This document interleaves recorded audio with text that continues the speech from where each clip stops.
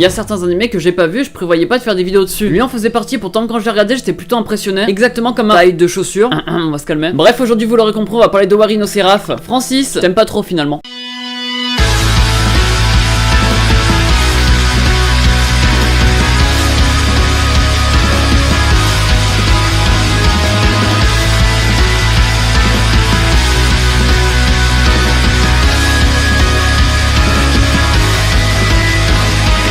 Hey salut à tous, c'est Rush Manga. Aujourd'hui on se retrouve pour vous parler d'un anime vraiment exceptionnel, Owari no Seraph, si vous avez déjà oublié. Si t'as aimé la vidéo, tu peux lâcher un petit like, ça me ferait super plaisir comme d'habitude. Autre sondage que vous pouvez répondre dans les commentaires. Vous êtes plus Your Name ou Koe no Katachi? Personnellement c'est Koe no Katachi. Je dis ça parce que quand elle sort de toilette ça pue parce que Koe no Katachi. En fait si vous avez pas compris la blague c'est chier en fait. Vous êtes sûrement là pour voir l'anime, donc ça parle de quoi? Ça nous parle d'un monde apocalyptique où un virus avait décimé la plupart des humains de plus de 13 ans. Du coup les vampires en ont profité pour capturer les enfants de moins de 13 ans. En échange de leur protection ils leur donnent leur sang. Nous on va suivre l'aventure de Yushiro, un jeune cosmonaute arrivé de l'espace. Non c'est pas vrai mais abonne-toi quand même. Il fait partie des enfants qui ont été capturés. Il est pas tout seul, il était avec sa famille entre guillemets, dont un qui est considéré comme plus que son frère. Ils vont donc en famille décider de s'évader. Malheureusement ils meurent tous et c'est fini. Du coup après j'ai écouté du Carla Bruni à la radio. Plus sérieusement c'était le piège d'un vampire et du coup le vampire va décimer toute la famille sauf Yoshiro. Lui arrive donc à s'évader, il va se rendre compte que les humains sont encore en vie. Enfin quelques humains. Son but c'est de rejoindre la brigade anti-vampire pour se venger entre guillemets. Aussi tuer tous les vampires par la même occasion. Enfin bref, le résumé c'est assez compliqué. Mais vous allez voir au cours de la vidéo, c'est juste que c'est beaucoup plus simple. Il y a beaucoup d'ellipses dès le début. Ça je vais revenir plus tard. Là on va s'attaquer un peu à l'opening qui sert tout simplement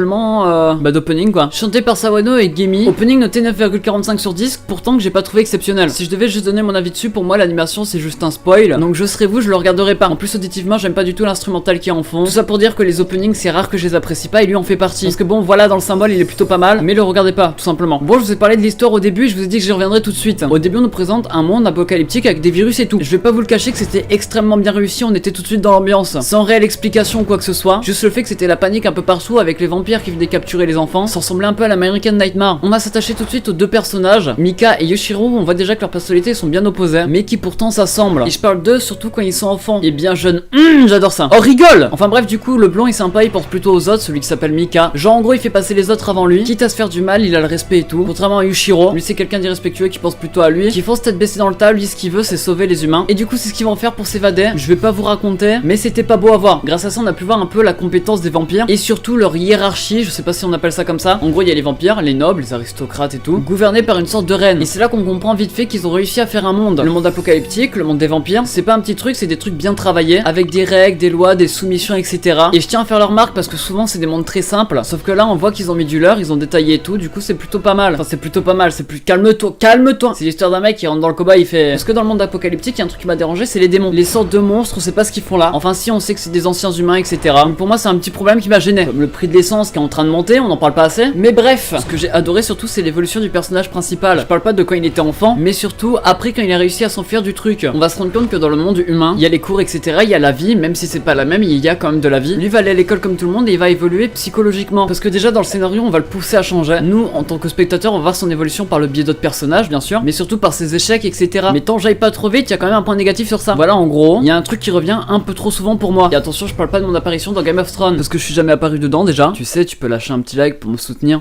Mais le fait qu'à chaque fois on parle de son passé, c'est assez redondant. Quand je dis redondant, je parle de une quinzaine de fois par minute. Genre, je vais pas vous le cacher, j'ai pas réellement compté, mais il y a au moins une fois par épisode. En vrai, quelques fois ça passe. J'arrive à le faire un petit côté émotif, etc. C'est plutôt nice. L'erreur qu'ils ont faite, c'est en abuser dès le début. Ce qui fait que sur la fin, quand ils vont se rencontrer, je vais pas citer les personnages, parce que de 1, ça pourrait vous spoil, et de 2, j'ai oublié leur nom en cours de vidéo. Tout ça pour vous dire qu'à la fin, les flashbacks, on s'en fiche un peu, parce que c'est les mêmes qui reviennent. Et je dis c'est les mêmes parce qu'on parle pas que du flashback du personnage principal, on parle aussi des personnages secondaires, qui malgré eux ont aussi un passé triste, hein, mais on n'est pas attaché à eux pour avoir assez d'émotions. Et ça, c'est plutôt dommage. Les combats, comment ça se passe? Parce que pour ceux qui me connaissent pas, vos grand-mères les pizzas, c'est un anime action. En gros, il y a une brigade anti-vampire, donc eux ils combattent tout ce qui est vampire, monstres, etc. Mais pas n'importe comment, attention. En gros, si vous voulez, il y a les démons, des esprits démoniaques, et ceux qui ont été invités, je sais plus par quel moyen, et bah ils vont pouvoir affronter un démon intérieurement par l'esprit. S'ils y arrivent pas, ils vont être contrôlés par lui, ils vont se faire tuer par les autres exterminateurs. Et s'ils y arrivent, ils vont avoir une arme avec l'esprit démoniaque enfermé dedans. Moi, malheureusement, j'ai eu une tasse avec Francis. D'ailleurs, pour contrôler, ils vont avoir des souvenirs de leur passé encore une fois. D'ailleurs, c'est la rentrée, encore une fois. Bon, j'arrête, ça fait 2 vidéos que je fais la blague. Du coup, il libère cet esprit démoniaque pour être plus fort et pour combattre les vampires. En soi, niveau puissance, un aristocrate, donc un vampire, peut facilement 1v5 l'armée. Bon, sauf les personnages principaux parce qu'ils ont des power-up. Et c'est des power-up plutôt intéressants. C'est pour vous dire que l'échelle de force est assez bien réglée. Dans le sens où ça aurait été pas très intelligent de faire un vampire plus faible qu'un humain ou autre chose. L'animé, je l'ai regardé la semaine dernière. Et franchement, je pensais pas que ça serait aussi bien. On se retrouve vite dans l'ambiance dès les premiers épisodes après avoir une petite pause. Parce que entre le début et entre la fin, il y a un petit moment où il se passe pas grand chose, un peu comme ma période scolaire. Je peux vous dire une seule chose, vous allez être surpris par les combats, par l'action et surtout par la fin de la saison 1. On a là des scènes de combat vraiment impressionnants et tout ça avec une OST oufissime. Il y en a qu'on est droit d'auteur, je pourrais pas en mettre, mais vous en aurez en fond dans la vidéo. Il y a un poil qui vient de voler au-dessus de moi quand même. L'animation n'est pas incroyable. Le seul point à noter, c'est le chara design des deux personnages principaux qui nous permet de les séparer. Genre, je pense que ça nous montre leur opposition. Je pense que rien que pour l'évolution des relations du personnage principal, les scènes de combat et l'ambiance qui va avec, et surtout les frissons qu'on ressent sur la fin, sans compter les pâtes carbonara que j'ai laissé au four. Non, ça, notez pas, c'est pas vrai. Je peux vous dire que ça fait longtemps que j'ai pas ressenti ça. J'ai fait la vidéo sans savoir vraiment ce que je voulais dire, mais je voulais juste en parler avec vous. Cet animé, malgré qu'on me l'a conseillé, je l'avais pas regardé, je valide totalement. La saison 1 est composée de 12 épisodes sortis en printemps 2015. Il touche pour genre action, drame, fantastique, shonen, surnaturel et pour thème démon, famille, post-apocalyptique et vampire. Vous m'avez demandé mon avis, c'est fait, et si vous l'avez pas vu, regardez-le. J'ai envie de le recommencer tellement que c'était bien. Bref, c'était franchement que j'ai parlé de cet animé Owari no Seraph. Si t'as aimé la vidéo, tu peux lâcher un petit like, ça me ferait super plaisir comme d'habitude. Dis-moi en commentaire si t'es plus Shonen ou Koe no Katachi. Et si tu veux aussi partager, ça aide grandement. On se retrouve mercredi prochain pour une toute nouvelle vidéo, c'était Rush Manga. Je vous aime.